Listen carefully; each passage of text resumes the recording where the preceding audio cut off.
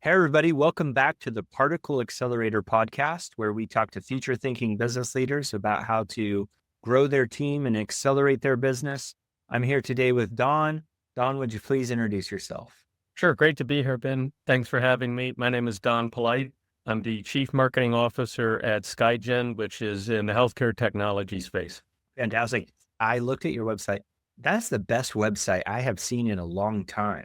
So is that your work then? Well, I appreciate you saying that. And although I'd like to take all the credit for it, I have a phenomenal team, a vice president of marketing who leads this team on a day-to-day basis, and a digital marketing leader. We have a pretty good web development agency that has been partners with us in putting that together.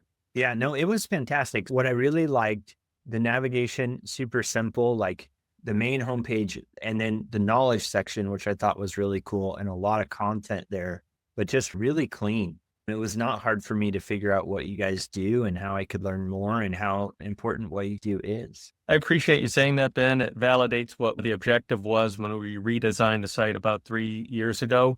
Being in the healthcare tech space and supporting insurance companies, really with what we call specialty benefits, dental and vision, and then also supporting with government-funded programs like Medicare and Medicaid, as well as commercial group employer programs. It can get complex when you describe what our software does to support all those different constituents. We really wanted to simplify the message, streamline the message, and then create a user journey to hit on all the different stakeholders within those insurance companies, and then the different personas, because as a technology solution goes, there are multiple folks who are part of a buying committee. So we try to create a journey that spoke to each of those different personas. Cool. I'd love to get to know you better. What was your first job? How'd you make your first dollar as a human? For me, it was a paper route and maybe a little babysitting. How'd you make your first buck? You just nailed it, paper route, as a little boy back in northern New Jersey. Excellent. What toy or hobby did you have as a child that inspired what you do career-wise today? Oh, that's a good one. I used to paint and draw and sketch. I'd like to say that creativity side of me came out. Marketing is much more than creativity, but there's an aspect of how do you connect and engage with consumers, and you have to be creative and think differently around ways to create that connection. So I'd like to believe there's a line that draws from my creative and intellectual curiosity as a little boy that has cultivated itself all the way through my undergrad days, business school, and as a professional now. Strong left brain is really a super advantage to you, but it's cool that you went to business school. So it's creativity, but with the right brain business side. That's really cool. What was your favorite and least favorite course in school?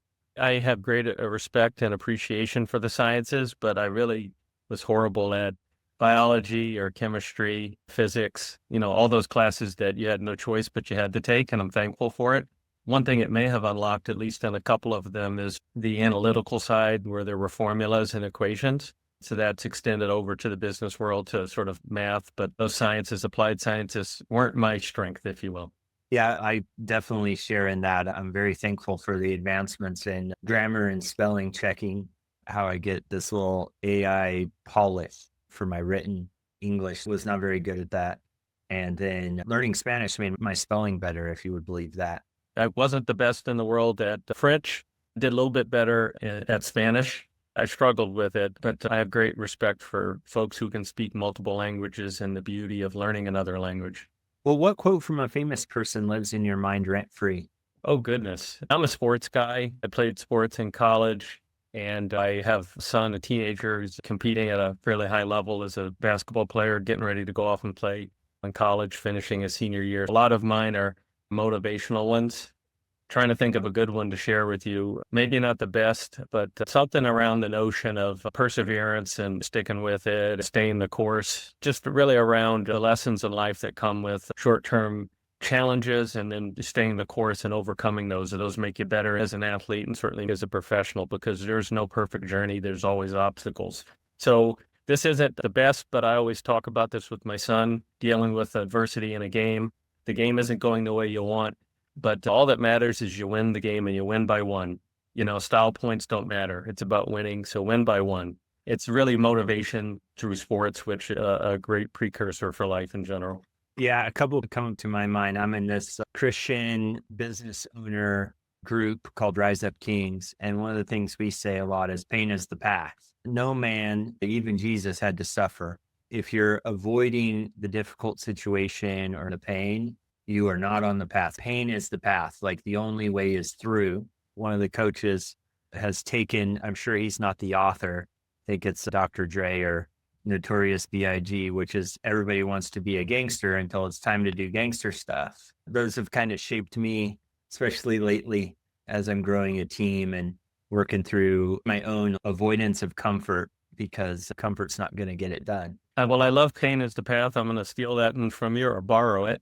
And you have to reach out to you for a few motivational new quotes because some of my other ones are getting old with my son. So I always have to refresh the repertoire. So what do you think the greatest invention or discovery has been in the past 300 years? That's a great one. I think it's the ability to facilitate the dissemination of information and communication on a broad scale in real time. So I think computers, anything around processing information and distributing it digitally in scale. So computers, personal computers, as we go through the different iterations of things we have now.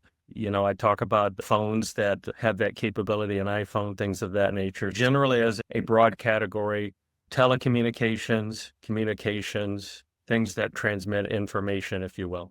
Of course, there's good and bad that comes with that. We talk about that, obviously, especially we talk about our kids, new generation, the beauty and the challenges that come with social media. My parents talk about my late grandparents and how if they could only see advancements in technology that you can communicate and do transactions, watch television, listen to music, do all these things on this, right? They'd be blown away. But then there's other things that come with that aren't great in terms of you could be in a room and everyone is holding that same item and not talking to each other directly or around the dinner table. Social media, the connecting of people, sharing great stories, information, and education is beautiful, but then all the challenges in terms of negative commentary and things that are disseminated through social media. So like any technology, there's the intended use, the good, and there's bad that comes with it.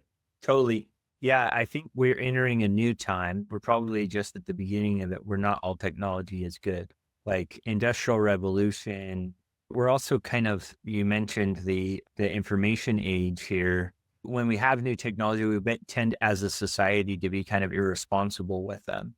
So initially we jump into the industrial revolution and we got to go, we got to be a little bit kinder to the environment. We've kind of gone overboard with just because we can mass produce something doesn't necessarily mean we should. I think we're really entering a time where not all technology is good. I've started to notice in some really good science fiction authors like Neil Stephenson, the privileged class or the upper class starts to shed technology. They operate more like Victorians because they start to take a position that not all technology is good, while the lower class continues to absorb it at any cost. Because of that, they lose their humanity. It's probably not too far from our future where we have to really make some decisions on what kind of technology do we want to leverage and what do we want to expose our kids to. The latest that is an incredible advancement, but we have to put some parameters around is AI. We're seeing conversations around that, around privacy and protections in our government, let alone around the world in terms of what is the good and what are the potential risks and how do we mitigate the risks in terms of making sure we're using AI for good. Yeah, great. What tech trends significantly impacted your industry and how has your company responded? I'm sure this is a good softball for AI. How's that impacting your marketing game? Yeah, absolutely. So maybe I'll start at a macro level with the company. You are correct. We, like every other industry, and especially as a technology company, are studying use cases and ingesting it into our product roadmaps. At the top, I talked about my company as a healthcare tech company. We're basically a SaaS platform. Our clients are insurance companies, and we help with their benefits administration around dental and vision plans that they offer to members. Benefits administration is the setup of networks of doctors, in this case, dentists and eye doctors, plan configuration. And then you as a member, once you select it, we also provide portals to help you as a member go through the different plan options and where to find doctors. So we will white label portals or websites on behalf of the insurance company. And then once you select a eye doctor or a dentist and you decide you want to go in for a checkup, you need to understand what's covered in a plan or not. So all of that information, and then approve visits and disperse payments, remits, right? And help you understand what's covered, what's not. All of those benefits administration tasks, manual in some cases, fragmented, a challenge for insurance companies and a big administrative cost. We've created a platform that automates end-to-end all of those tasks, including virtual payments to providers. So we're driving efficiencies and eliminating some cost, if you will, and error, human error. So if you think about it, increasing efficiencies, lowering costs for those insurance clients, any technology solutions that can accelerate those processes are our focus. That's what we're trying to do. So, process automation, employing user-driven, configurable, business rule-driven engines that promotes the change, the efficiencies we're talking about. So if that's what we do, anything from a technology standpoint that can make our software even more efficient, and speed to market is great. Speed to execution is great. So we're constantly enabling that in our software. And now if you think about AI, which is all about rules-driven and decision-making from a rules-based platform, that's something we're looking at. Currently, depending upon the type of activity we do, like a processing claims, we have already started to infuse AI into our software. We're looking at different business processes that we offer through our software for clients and seeing, can we infuse AI into those aspects as well? And then there's other things we do for our clients that are what I'd call are sort of a TPA service. So they outsource it to us, and we have things like a contact center for members and providers on their behalf, things like that. So we're actually looking at, are we going to create an AI-driven contact center, at least for certain types of calls, low-level calls that we can just create an automated sort of response. So hope that helps answers the question. Those are the things we're thinking about in terms of how do we continually improve our software, automate things, and then how AI can take it to another level.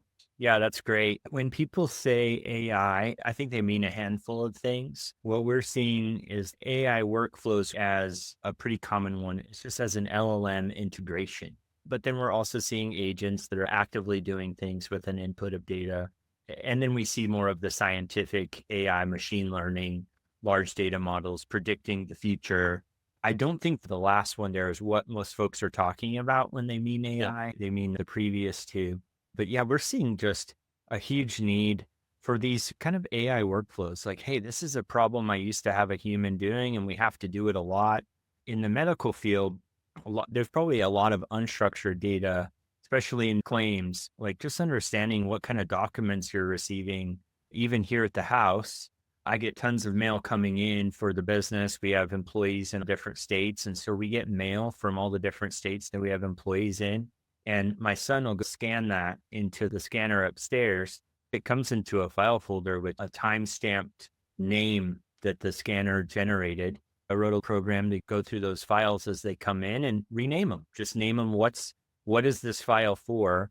And that saved my EA a ton of time trying to figure out what to do with those files as they come in. We just recognized the use case that she was having to go file by file and either rename them and folder them or find something specific, and had to go through all those files just to figure out which one was the right one. And we're just finding that helping folks with those kinds of workflows that are relatively simple to think of, but now no longer require manual intervention. I'm sure your business is fraught with those types of opportunities. Absolutely. I mean, you just described it, and I won't bore you with all the different workflows we have around the different business processing initiatives we do. I named a handful for you, but you hit it on the nose. And I think to your point around the delineation between the variations on the theme for the definition of AI, what I described to you was a lot around machine learning. I said rules-based machine learning. And then the other thing two things actually. One, you mentioned use cases. What are the right use cases that we need to consider amongst the different workflows around the different services we offer under that guise of benefits administration? And then maybe the last thing is, and I can talk to marketing too, there's this fear of, well, we're about to eliminate all the humans that are doing all this work. That's not what we're trying to do. We're trying to make life so much easier and allow folks to prioritize and focus on the areas where that subject matter expertise is so critical. So I go back to processing claims. We process millions of claims for our clients over the course of the year. There's different levels of complexity. There's those basic sort of visits for a routine checkup or filling a crown or, an eye exam or things like that. That's different from true procedural things where you're doing corrective surgery, removing teeth, or doing different things on the vision side. Based on the rules of the different insurance plans, there is some oversight that's required that's a little more complex than just a basic claim approval. In our mind, we want to create AI tools that help break down the assessment and provide additional information to make it easier for that human oversight to go through those reviews. But then on the front end, I talked about the low-hanging fruit. In a perfect world, to knock out a third or a quarter of the claims that have to be processed by an AI-generated machine learning model, that frees up those clinical review folks to focus on the more complex ones that require a little more human intervention and oversight, if that makes sense. So it's complementary and supplementary to the great experience and talent that we have in the building versus looking to replace humans. It's a robotic assistant. We do a lot of robotic process automation where I work for Legal Inc., LegalZoom, and we've got to work with the Secretary of States a lot. There's no APIs, no points of integration. There's really nothing like that. So we ended up having to do things the old-fashioned way, inject the data like a human would over the website. And of course, the human-based processing team, I make too many decisions each day. You'll never make it happen. But we were able to break down these processes enough to get them to work. And in this adoption, there was a pivotal moment where we said, you know what? You're still going to be incentivized. Your bonus is still going to be based on the total output of the company. So if we hit these revenue goals, or if we hit these order processing transactional goals, you're going to be rewarded on that. But you're still responsible for the quality. So once we made that distinction that you are the one that's going to make sure these bots are doing, you're going to supervise, you're going to essentially control these bots. But if it works and we're able to produce more orders and fulfill more, then your bonus is going to be bigger. Once the light bulb went on that this is a robot here to help me, a lot of adoption started to occur. What have you seen in terms of on the people side, really make this click where, if my mindset shifts, we have the AI use cases. Well, we also want a shift in mindset around AI of thinking of ways to use it. And then I'm always surprised that some folks just don't want to use it. It's I just want to do it the way that I'm used to doing it. How have you seen that transition start to take place? That's a great question. I can speak a little bit to it from a marketing standpoint. I think from an organizational standpoint, we have a strong team that does product development and our technology team that creates the software that, frankly, we use on an operational side in arrangements where companies outsource their benefits administration needs to us via third-party administration arrangement. But then the same technology is used in a SaaS arrangement. So let me start with the marketing, and I can give my high-level observations in other departments of the organization. On the marketing front, there was an initial consternation or fear around, oh my goodness, sort of one base level is around content creation. If we're using ChatGPT or OpenAI or different platforms to create content and build marketing programs, as well as the creative side, not just the content, what's left for me to do as a copywriter, digital marketing person, as a product marketing person, as a content manager? That's the fear. It's my job to tell folks that you're not going anywhere. You have such great talent and subject matter expertise and knowledge of this industry that we need you, but let's embrace the technology. Let's put a toe in the water and then a foot, and then we'll get up to knee level of how it can help us be efficient and smarter and ultimately optimize our outputs. And oh, by the way, free us up to do more things and prioritize some of the bigger campaigns or some of the bigger initiatives we've done. So it was limited consternation, but some, and we've slowly but surely adopted different use cases and how we create content, how we customize content for some key accounts or key prospects that we're going after, or a key segment that we're prioritizing. And that's where we've gone. And it's slowly starting to make its way into other things we do around how we manage our CRM system, which is HubSpot, and how we determine our funnel activities and funnel metrics to determine what's working, how are people engaging, and what sentiment and what signals are they sending to us and how we should respond with the next set of content. We're getting there with metrics. We're getting there with funnel activities and conversion. It's been really good to date. And again, it's been complementary to the human oversight and to the great experience we have on our team. What other things are you betting on to drive your business growth? For us, we're a technology company. AI is a big component, but it really kind of comes down to, like I said, we're trying to increase efficiency and lower costs for our clients on their benefits administration needs. So there are different use cases out there to accelerate those processes. And I think for us, it's really important to understand the dynamics that our clients are facing, given that they're in dynamic markets like government-funded programs and some of the rules change. It's important for us to be in touch with our clients and prospects, understand what are the things they're facing, what are their biggest challenges, and how technology can support them. And then that's really what we do. It's around use cases and understanding it, how we can automate those and make those easier for them to go execute based on those challenges. I call it problem-based marketing. One of my buddies, he's got a really amazing coaching practice around stress reduction. Yeah. And so he's a great coach for people who are high performers, but needs to manage their stress better. And I didn't even know that I needed a service like that. And so his approach to say, hey, are you having problems losing weight? Are you having trouble sleeping? Are you having trouble focusing? These are problem statements that get us to look and acknowledge and listen. And then we realize, oh, the solution is these particular types of stress reduction techniques or what have you. And that really helped me acknowledge that there are some problem sets that the customer doesn't even know what to go search for. What keywords they're going to search for, help me manage my stress, is somewhat difficult to figure out, right? Oftentimes we need to use this problem-based marketing approach. Yeah, I love solution-based marketing. At the end of the day, it's about understanding their needs, their pain points, understanding the market dynamics, knowing that and knowing them better than they do, being proactive and coming up with solutions that can support them and being true strategic partners. That's really our mantra here. As a technology solution, it's not a type of thing that you're making multi-million-dollar commitments to and then replacing a year later, unless it's an absolute miss. So as a result, the sales cycle is fairly long. You can go anywhere from 6 months to 12 months to 18 months or longer, depending upon the situation. So it is about building relationships and providing solutions to their biggest challenges. Knowing your customer, the potential customer, and in some cases better than they do, knowing the environment they're dealing with, those are all critical things. We talk about ourselves as being strategic partners, not a vendor.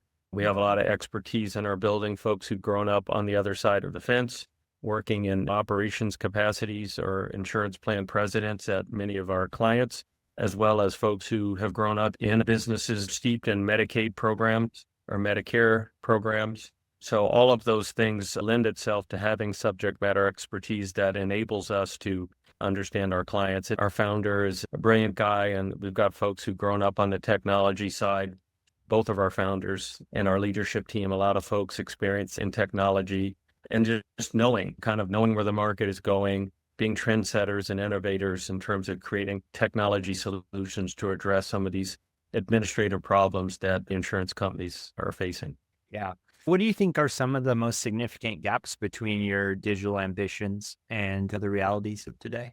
I'm glad you asked the question, Benjamin. In full disclosure, I know we had talked a little bit about a couple of buckets that you might want to explore. So I reached out to our product development leader to get her sense around this, and she brought up a great thing. We offer solutions directly for insurance providers, but we also white label solutions to enhance the member experience and the provider experience. One of the things I talked about at the top with members is we create web portals or websites for plan information. It's branded under the guise of the insurance company, but in many cases, we've created that engine and platform for you as a member to go find out again where to find a provider, what's covered under your plan, and some educational information around being proactive with your health.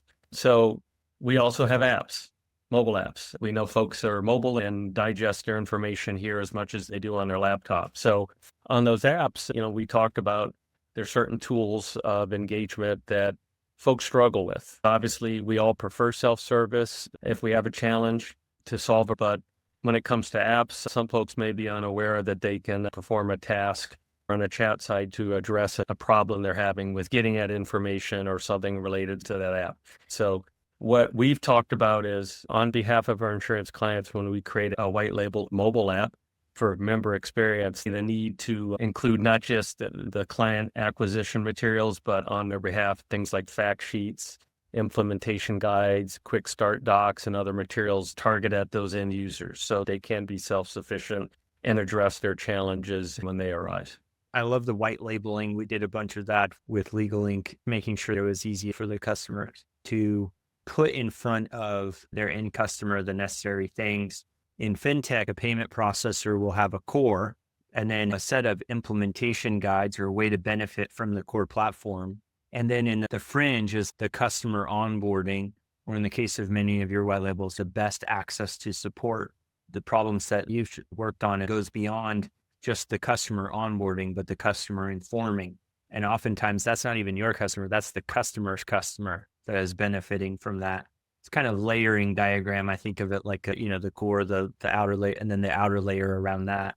Sounds like you're making an impact in all three. For us, we understand our clients, their success really is about the member experience, the network of dentists and eye doctors, the providers that support those members, giving them access to the information they need, getting them payments on time, access to member information. Improving their experience will ultimately lead to improving the member experience, which is a win for everybody. So that's why we take that extra step. As you know, onboarding is so key. It's important for us when we implement a new client. Failure to launch obviously is not what we want. A lot of the satisfaction is highly correlated to a successful implementation, your ability to realize the benefits of why they invested in your system in the first place. For us, it's an ecosystem of providing wraparound solutions with our technology to support the onboarding and the ongoing experience with their members, as well as the provider network. And we know if we've done that, it's almost like a 360 suite of solutions to support all aspects of what's critical for them to execute their businesses and win in their markets. What do you think the biggest challenge is to maintaining a competitive edge in your industry? Never settling, never being satisfied. I think we're always talking about continuous innovation. What's next? I talked about anticipating where the puck is going next and skating there. So as a company, we do a significant reinvestment of our earnings back into our R&D.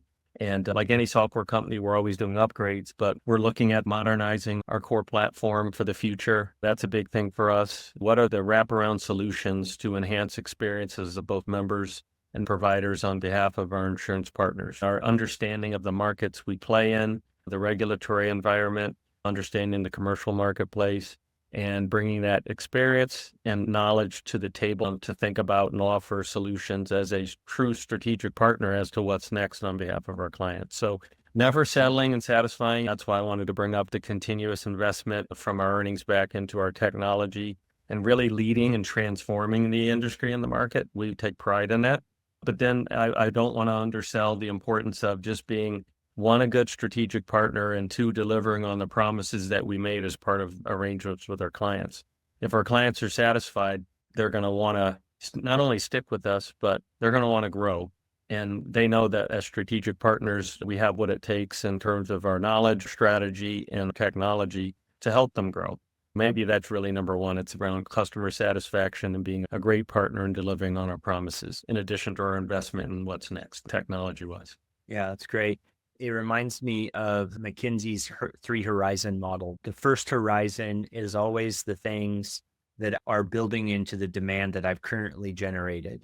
Horizon 2 is the demand that I want the customers to benefit from, the ancillary or adjacent services. Horizon 3 is how am I going to impact my industry? How am I going to change the industry that I serve in at large? And many businesses will kind of decide a 70-20-10 kind of split, or they're more ambitious. They'll do like a 60-20-20 because they really feel like there's a bunch of opportunity in other areas of their industry and they're willing to take those risks. How do you approach risk management when implementing cutting edge technology? That's a great question. I may not be the most qualified as the marketing guy, but I can say this. We take privacy, security, and compliance incredibly serious here.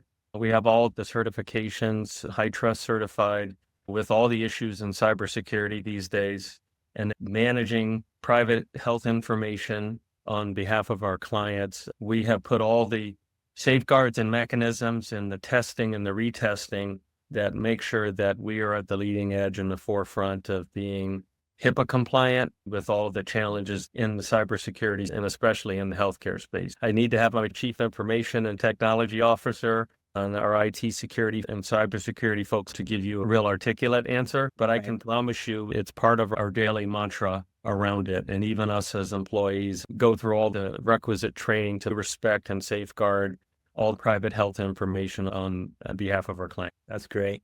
My podcast is a bit like an NCIS episode. I kind of follow a similar format for each guest and hope that my guests will see how different guests handle some of the questions, but I'm thinking about changing this one.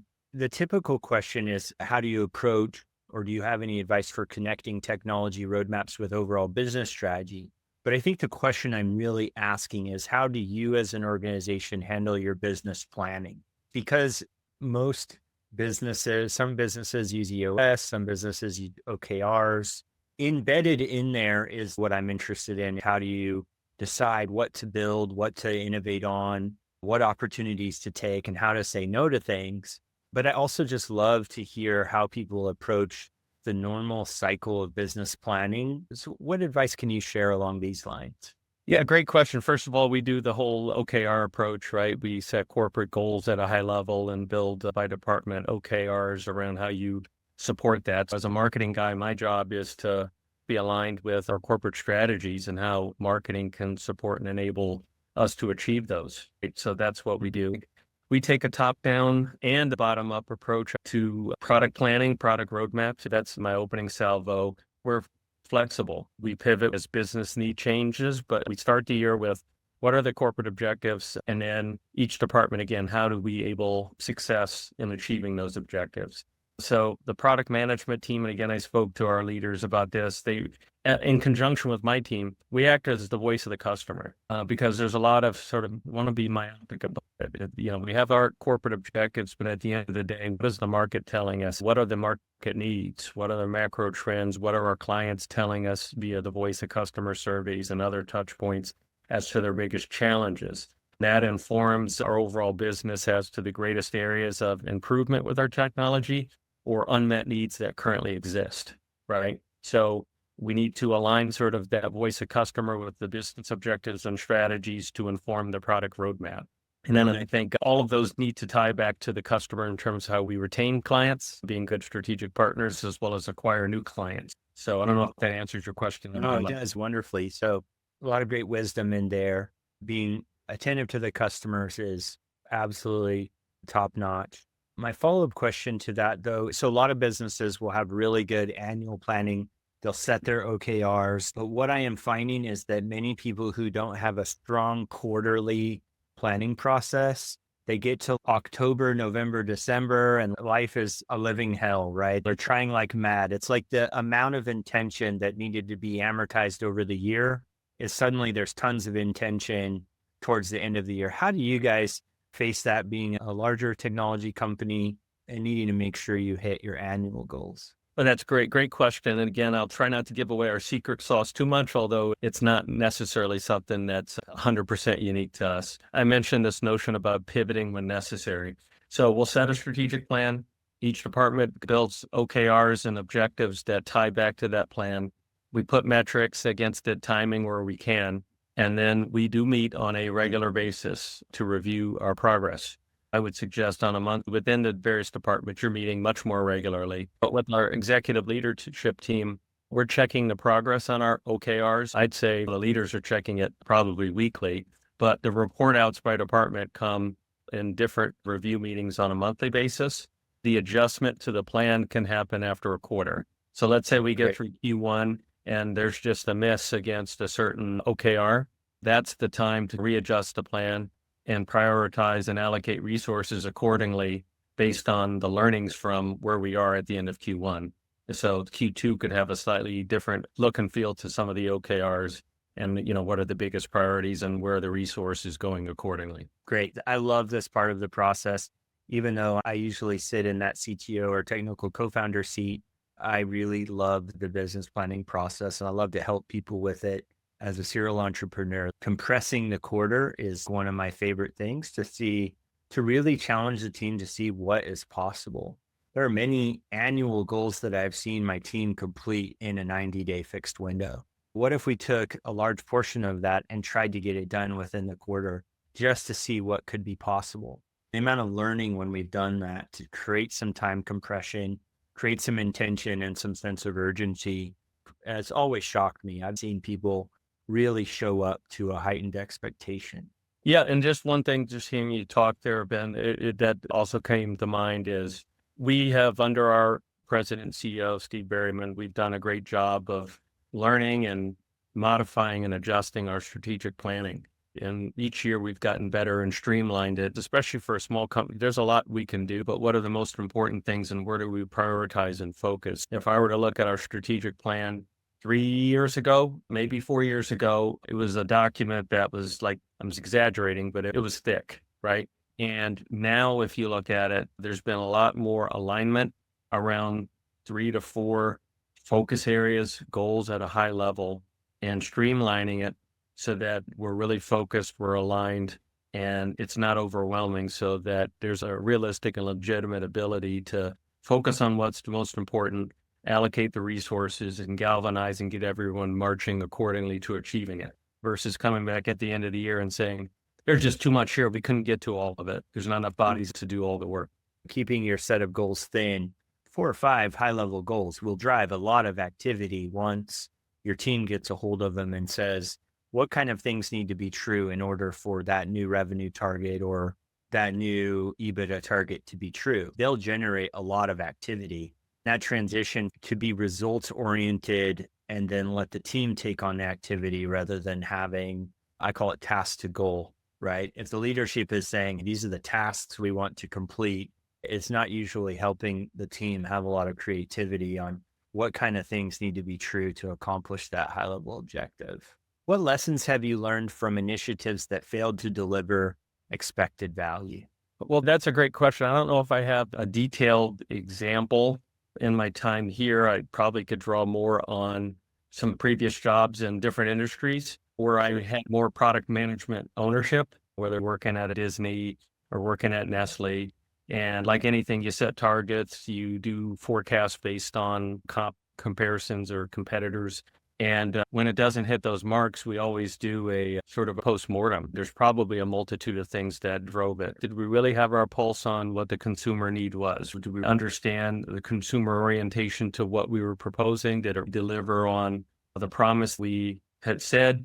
Did we really understand the pain point in the first place? And sometimes it's, did we really understand the loyalty or the complexity or the volatility or the ferociousness of the category that we entered? Because sometimes it's the incumbent that's in place that is going to fight you to the death not to give up market share, things like that. So it's a whole host of factors, but I would just say it's important to do a comprehensive postmortem and understand what didn't work on various dimensions and make the decision as to how you can make the necessary adjustments going forward, whether it be a restaging of that product, a relaunch, or the next product that you're looking to bring to market.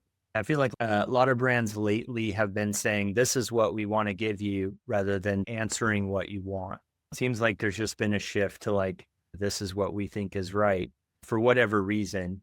And the customer's like, I didn't ask for this. If you had asked me, I would have told you something completely different. I think as brands go back to listening to the customer and delivering what they want, they'll see much better success. Ultimately, the customer is going to lead you to what they need, what they want, and what they value most. So the importance up front to do the due diligence, the research, product testing, focus groups, the conversations to really understand those key insights, kind of again, where the puck is going. That'll really set you up for the best chance at success. You also have to understand the impact and the actions of the competitive landscape, because you're probably going to get some things around defending turf that could impact the adoption of your product, especially if all things are equal in terms of the value proposition and what people are deriving from that product. Yeah. Well, what would you share with folks that are starting their journey, whether it be their journey in the marketing career or their journey in this new digital world we live in professionally, what would you say to the young bloods? I don't do what I did.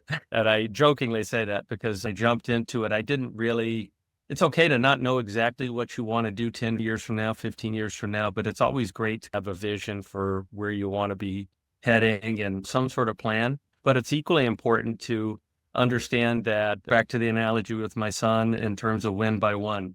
In a perfect world, we'd like to win by 100. I'd like to have the perfect game. I'd like every shot to go in, but that's not life and that's not a game. Stay the course, be persistent, be flexible, be open to the unexpected and the unplanned, but never lose sight of the end goal that you want to achieve. And if you keep working and grinding, you'll probably achieve your goals. If you were to look at my resume, here I am working in healthcare and a tech environment. I love the people, but I told you I worked in entertainment. I was on the B2C side. I worked for 3 studios and I worked for a food company. And then I worked in multi-industrial, came here to the Midwest, frankly, before SkyGen to work for a company called Johnson Controls, which is a big global multi-industrial company. I'm thankful for every experience, and they've made me better marketers because it's opened me up to different sort of case studies and business situations. And yet it wasn't the original plan, right? Certainly Sure. not at all. If I were the younger me to look back and see where I am today, I'd say you're crazy. But the point was, I didn't have a great plan early. I didn't quite know, but I knew I wanted to be in marketing.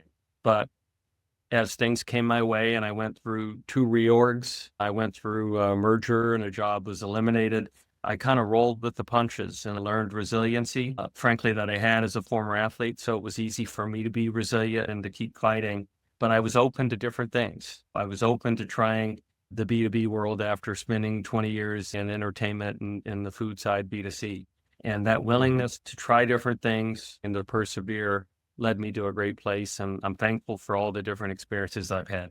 Yeah, I look back at my career and while it was all in technology execution and software, what often people will comment on is like, you didn't stay in any specific industry. I went from travel to travel advertising to financial advertising, building technology in all those spaces. But then one of my best startups was in legal services. And I'm like, wow, you hit a good triple hit in legal services. And then I did a SaaS company. So just very different industries. I think that's allowed me to create a service company that's industry agnostic, where we just want to be really good at the technology execution and the epicenter of cloud software and data, really leveraging some of those things we first picked up on. I bet there's people that you still talk to in your network that were part of those first journeys. And when the right opportunity comes up, you still calling them to see what they're up to. Yeah, absolutely. And, the other piece is there are a lot of industries that are at different maturity stages with some of the different techniques, whether it be the MarTech stack or different approaches. You hear all the time now, and it's true that B2B marketing is more and more like B2C marketing in terms of the personalization, because there's humans behind these titles. Right. All the psychographic stuff in terms of understanding their pain points and the things that are going to provide value in their roles and ultimately to the organizations. A lot of the principles in B2B are coming from the B2C world. So all of that matters coming to smaller companies that may not have had the budgets and some of the sophistication. I hate to use that word to say that they're not sophisticated, but in terms of the plethora of things you may do in marketing, I'm able to bring from my perspective working in B2C or working for global companies and say, let's try something like this, maybe at a smaller scale from a budget perspective, but let's try this approach and see how it can create a different dimension of engagement and value for customers or prospects. So there's always something, and that you kind of led me into another point I wanted to make, which is have a plan, understand that the plan never goes 100% the way you want, be flexible, adaptable. But as you move from A to B to C, don't leave all the experience from A and B behind. Bring that with you, because you never know where that can be used in your future roles. And that's the case for me as well. Yeah. Yeah. Life is what happens while you're making other plans.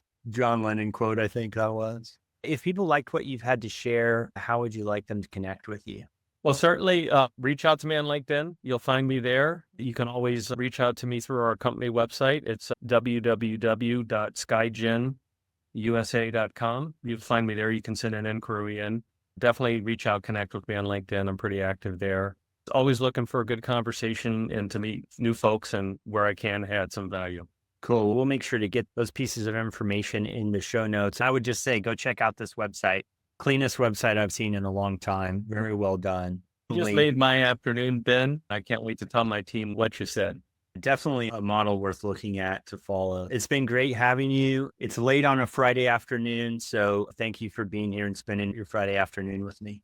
Thanks for having me. I really enjoyed it.